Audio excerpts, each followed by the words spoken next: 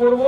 BJP যদি এইভাবে করতে থাকে তো আমরা আগামী দিনে একটা চিন্তা ভাবনা নিয়েছি যুব থেকে, যে যেসব বিজেপির কর্মীরা বাড়িতে এসে প্রচার করতে আসবে তাদেরকে আমরা পুরো বেঁধে রাখবো, কেউ আটকাতে পারবে না। বিজেপির নেতারা প্রচার করতে এলে পুরো বেঁধে রাখবো।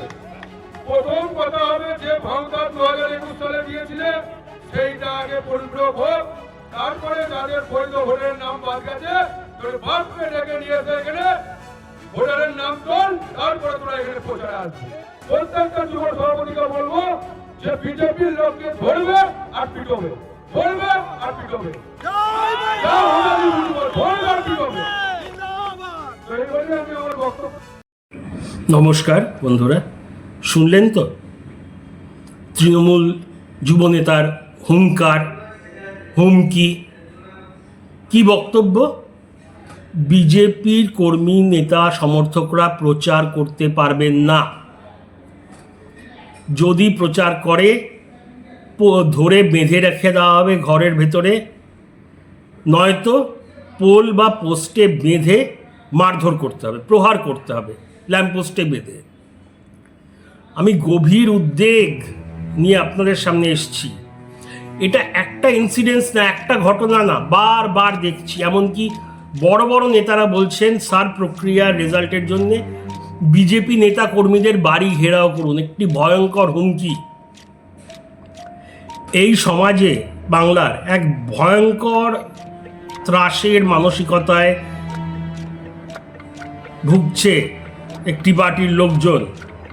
নিরপরাধ মানুষকে মারধর, হত্যা করার হুমকি দেওয়া হচ্ছে শুধুমাত্র বিজেপি করার জন্যে। বিজেপি কারণ আর কোনো বিরোধী পার্টি নেই, যারা আছে তারা নগণ্য।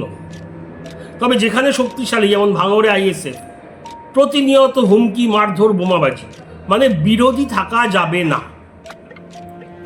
এটি কয়েকটি মানুষের বিরুদ্ধে শুধু হুমকি ধমকি না, মানবতা, ন্যায় বিচার, সভ্যতা, ডেমোক্রেসি সব কিছুর বিরুদ্ধে। এটা ভারতে আর কোথাও হয় না। বলুন তো, একজন সাধারণ মানুষ কি চায়?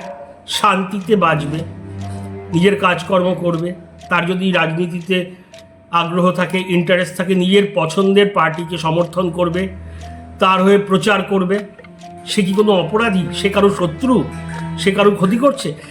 এদের সঙ্গে, মানে এই ক্ষেত্রে এই বর্ধমানের গ্রামের মফস্বলের বিজেপি কর্মী সমর্থকদের সঙ্গে সার প্রক্রিয়াতে বাদ যাওয়া নামের কি সম্পর্ক? দূর দূরান্তের যোগাযোগ আছে?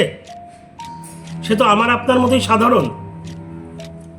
তাহলে এরা নাম ঢোকাবেই বা কী করে, আর দায়ী বা কী করে? কেন ভয় দেখানো হবে বারবার? আর একটা কথা বলছি, এই যে বক্তার নাম সাবির মণ্ডল, বলতে চাই না কিন্তু যা সত্যি তা তো বলতেই হবে। বিভিন্ন জেলাতে দেখেছি বিজেপি কিংবা আরএসএস কিংবা কোনো হিন্দুত্ববাদী সংগঠন করলে নেমে আসছে ভয়ানক হুমকি, একটা প্রচণ্ড বিদ্বেষ, ঘৃণা। প্রতিটি ক্ষেত্রেই এইগুলো যারা করছে তারা একটি নির্দিষ্ট ধর্মের সম্প্রদায়ের লোকজন।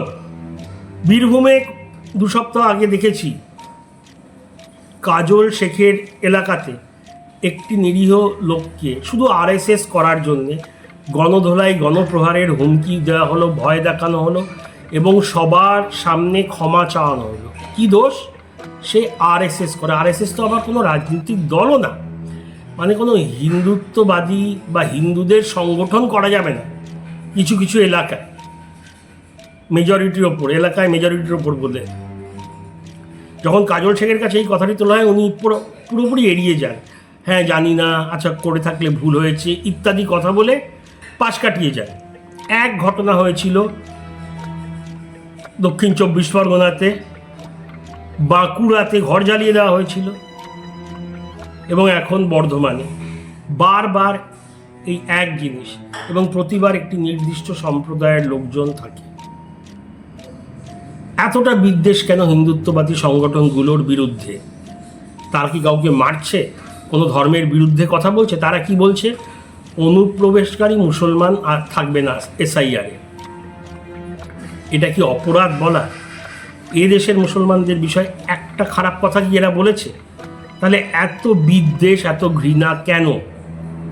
আচ্ছা, যাদের নাম বাদ গেছে এনাদের কথায়, বৈধ ভোটারদের, তাহলে তারা ফর্ম 6 ভরে নিজের এলাকার ডিএম এর কাছে গেলেই নামটা উঠে আসবে। সেক্ষেত্রে না এলে সিইও কলকাতার, তার কাছে জমা দিতে হবে আবেদনপত্র, অফলাইন বা অনলাইন, হয়ে যাবে।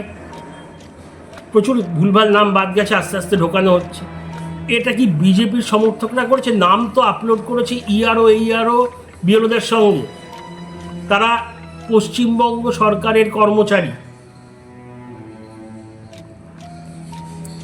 দেখুন, যে বা যারা নিজেদের শক্তি যেখানে আছে, দুর্বলদের ভয় দেখিয়ে শক্তি প্রদর্শন করতে চায়, সে কোনো শক্তিশালী ব্যক্তি না, সে একটা গুন্ডা। প্রকৃত ক্ষমতা, প্রকৃত শক্তি থাকলে না রক্ষা করবে, বিরোধী হলেও তার কথা বলার অধিকারটা রক্ষা করবে। এটাই গণতন্ত্র বা ডেমোক্রেসির নিয়ম। আমরা ভুলে যেতে পারি না যে একটা সাধারণ ভালো সমাজে মানুষকে নিরাপদ থাকতে হবে। যেই সমাজে মানুষ নিরাপদ না, হোক না সে আপনার বিরোধী, সেই সমাজ ক্ষয়ে যাচ্ছে। কেন আমি আপনি কারোর বিরোধিতা করতে পারবো না? এই অধিকার যখন আমাদের সংবিধান আমাকে দিয়েছে, আপনার পছন্দের পার্টি না হলে কেন আমি করতে পারবো না? কেন আমাকে তৃণমূলকেই সমর্থন করতে হবে? তৃণমূল জিতুক না, 250 কেন, ধরে নিন 294টা জিতেছে, তবুও আমার আপনার বিরোধিতা করার অধিকার আছে।